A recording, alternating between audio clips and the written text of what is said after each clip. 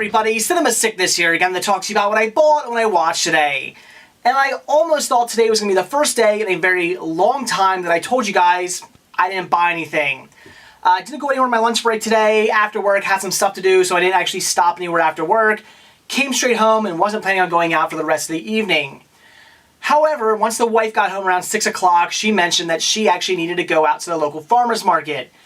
And our local farmer's market not only sells produce and farm goods like that, but they also have a lot of people just selling junk. And of course, within that junk tends to be movies. So when she said she had to go out there, I of course jumped on the opportunity, went out with her, and ended up coming back with 5 VHS tapes and 1 CD soundtrack. So let's take a look at everything I got. So the first title I picked up for only $1 was the soundtrack to Gettysburg.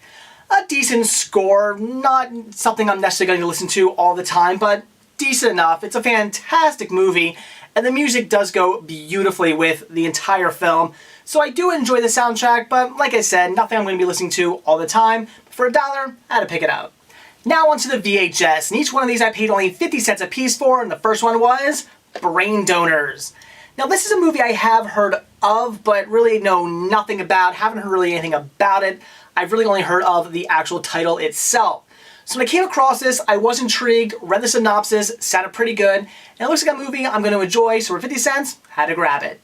Next I picked up Descending Angel, starring George C. Scott.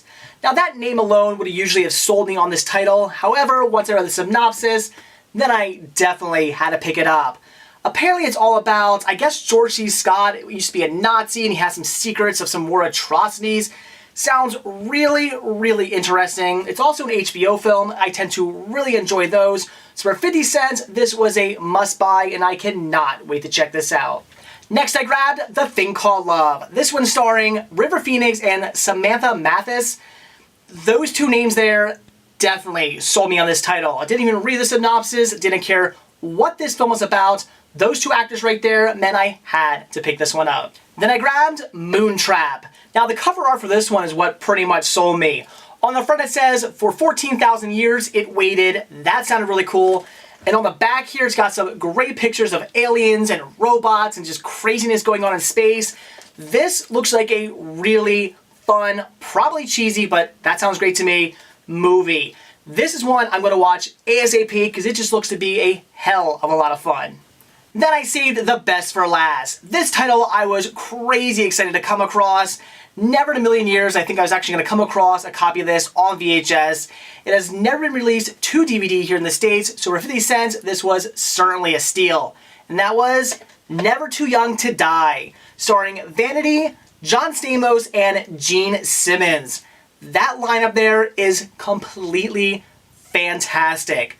Now, this is a movie I've never seen, but I have heard about it. I've read some reviews, I've seen some reviews, have seen some clips for this, and this just looks to be completely cheeseball, which means I'm going to absolutely love this film. It's been what I've wanted to see for a good long while now. So coming across it again for like 50 cents on VHS was an amazing deal, and this one I definitely have to see right away. So that's what I bought today, so now into what I watched. And today I was moving around some of the titles in my collection, and while I was doing that, I came across a movie that I haven't seen in a few years. I actually haven't seen this one since it first came out. And I remember really enjoying it. I remember thinking it was a lot of fun, a great movie. So when I came across it again, figured it's about time I finally rewatch it. And that was Catch Me If You Can. Leonardo DiCaprio, Tom Hanks, those two names alone are just fantastic. And they do a great, great job in this film. Love watching them play off each other. Brilliant chemistry. Now this movie I would say almost kind of feels like a Hitchcock film. It's just crazy full of suspense.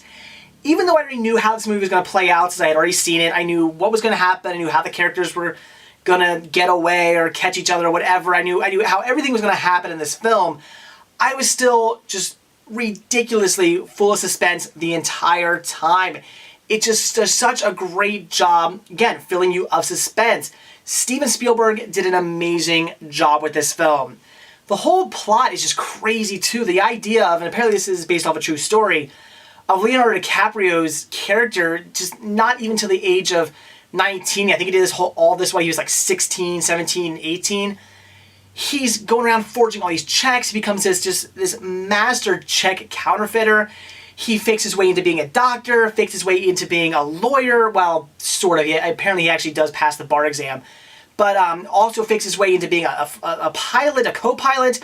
Just an amazing story. And I don't know how much of this movie is actually based off reality, because, again, this is based off a true story, and I really wonder how much of it is true and how much of it's Hollywood. But regardless, even if just a little bit of this is actually truthful, it is quite an amazing story. The fact that this kid just accomplished all this again at the age of like 16, 17, 18 is just fantastic. Yeah, he's breaking many, many, many laws, but I'm actually kind of envious of the kid. The fact that he got away with all this stuff. It is brilliant. So just a real fun movie. I, again, love watching Tom Hanks trying to catch Leonardo DiCaprio. So many great scenes where they come in contact with each other, but Leonardo DiCaprio gets away because he's just such this great master, just this great master criminal. He's just so good at deceiving people. Love the scene where Tom Hanks is basically going to catch him right in the beginning, right when he's first starting all his crime wave, while he's in the apartment, and Leonardo DiCaprio fools Tom Hanks into thinking that he's just a cop, and it's just such a great scene. Love the way the story plays out too. I like how, Leonardo DiCaprio just doesn't just go off, and spoilers here, I guess. Leonardo DiCaprio just doesn't go off to prison. They do put him in there for a little bit, but he ends up coming out early because the FBI wants to work with him, because they realize he's such a master at check counterfeiting.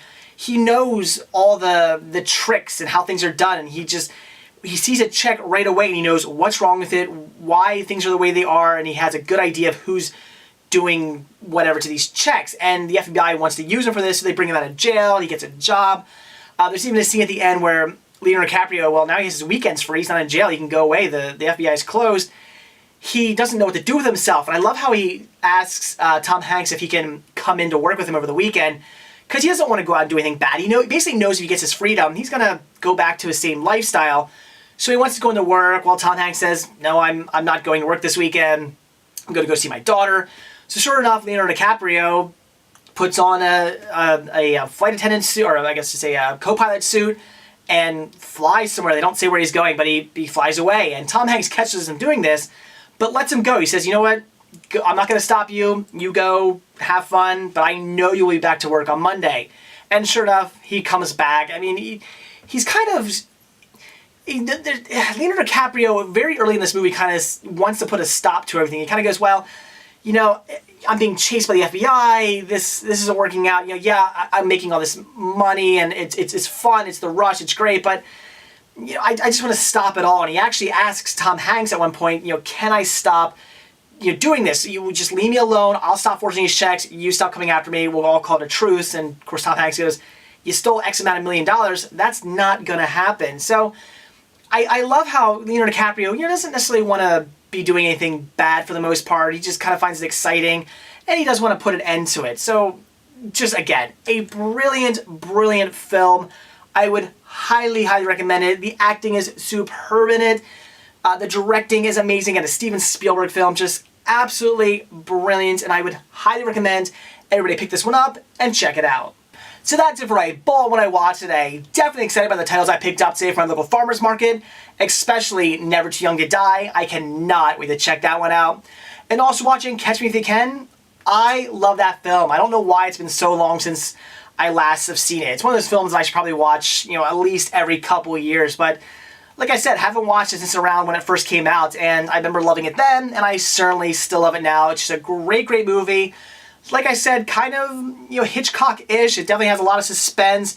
It feels like a movie that could have been a Hitchcock film. So if you do like Alfred Hitchcock, I'd recommend it just for that alone. But again, a fantastic movie, and one I would highly recommend checking out. So that's it. Thanks for watching, and stay tuned to see what I bought when I watch tomorrow. See ya.